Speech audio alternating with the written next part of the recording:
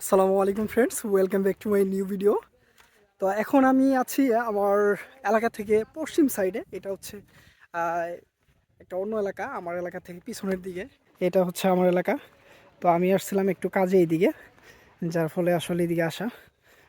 আমার বাড়িটা হচ্ছে এই যেখানে। তো আমি আসছি একটু জরুরি কাজে এইদিকে ঘুরতে। তো ভাবলাম আপনাদের সাথে এই দৃশ্যটা শেয়ার করি। দেখতে পাচ্ছেন খুবই চমৎকার দৃশ্য, গ্রাম বাংলার অপরূপ সৌন্দর্য দেখতে পাচ্ছেন ধান ক্ষেত দুই পাশেই। আর এটা হচ্ছে একটা মেঠো পথ, যেটা দিয়ে আসলে ছোটোবেলায় অনেক যাতায়াত করা হয়েছে। এখন আসলে কাজের ব্যস্ততায় আসা যাওয়া তেমন হয় না। এই রুটটা দিয়ে অনেক সাইকেলিং করা হয়েছে। বেশিরভাগ সময় আমি এই দিক দিয়ে চলাফেরা করতাম এবং এই দিক দিয়ে হাঁটা চলা হয়েছে অনেক বেশি। তো এইটা দিয়ে আসলে আমি আমার নানির বাড়ি গেছি এই রুট দিয়ে। নানির বাড়ি এই রুট দিয়ে যাওয়া যায়, আবার ওই পাশে একটা রুট আছে এই যেখানে, এই রুট দিয়েও যাওয়া যায়। তো ওই দুই রুট দিয়ে যাওয়া যায়, ওইটা দিয়ে বেশি গেছি, এটা দিয়ে খুব কম। তো এই রুট দুইটা আসলে শৈশবের কথা মনে করিয়ে দেয়। খুবই মনে পড়ে এই রুটগুলা দিয়ে যখন যাতায়াত করি, তখন ছোটোবেলার কথাগুলো চোখের মধ্যে ভেসে ওঠে। যে আসলে হাফ প্যান্ট পরে এই দিক দিয়ে চলাফেরা করছি সত্যি বলতে। আর বড় যে সাইকেলগুলো আছে ফোনিক সাইকেল, ওই ফোনিক সাইকেল কিন্তু উপর থেকে চালাইতে পারি নাই, নিচে আপনার পা দিয়ে প্যাডলিং করছি। তো খুব ভালো লাগে আসলে ওই কথাগুলো মনে পড়লে। এই যে যে রুটটা দেখতে পাচ্ছেন, এই রুট দিয়ে আসলে বেশিরভাগ সময় যাতায়াত হয়েছে। ওই সোজা ওই রুট দিয়ে আইসা এই রুট দিয়ে ঢুকে গেছি। ওই পুরো এলাকা পরিচিত আমার, এটা দিয়ে আসলাম আমি এখন। আর আমাদের এলাকা হচ্ছে এখানে।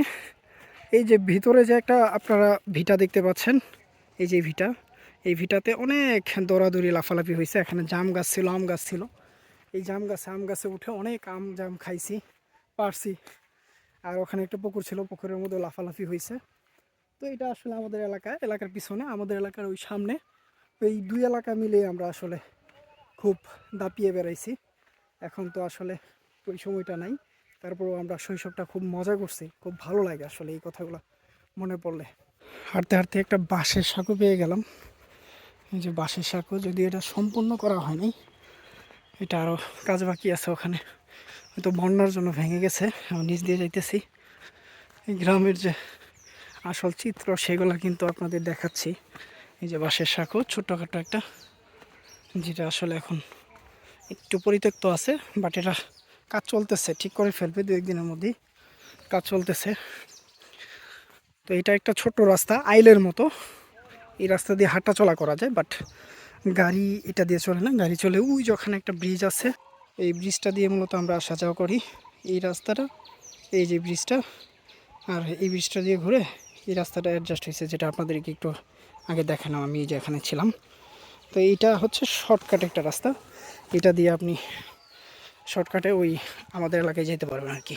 এই যে গ্রামের একটা অপরূপ সুন্দর দৃশ্য, স্যালো মেশিনে গোসল করতেছে অনেকেই, বাচ্চা কাচ্চা, যেটা আসলে ছোটোবেলার একটা অসাধারণ স্মৃতিকে মনে করিয়ে দেয়।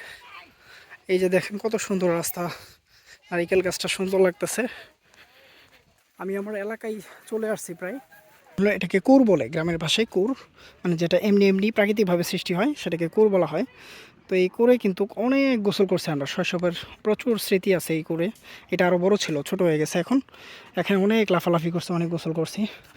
তো ওই যে এই সামনে হচ্ছে আমাদের বাড়ি, এই রাস্তা দিয়ে ভিতরে। তো আমি চলে আসছি আমার এলাকায়। তো এই কুরে কিন্তু প্রচুর গোসল করছি, অনেক লাফালাফি হয়েছে এই কুরে।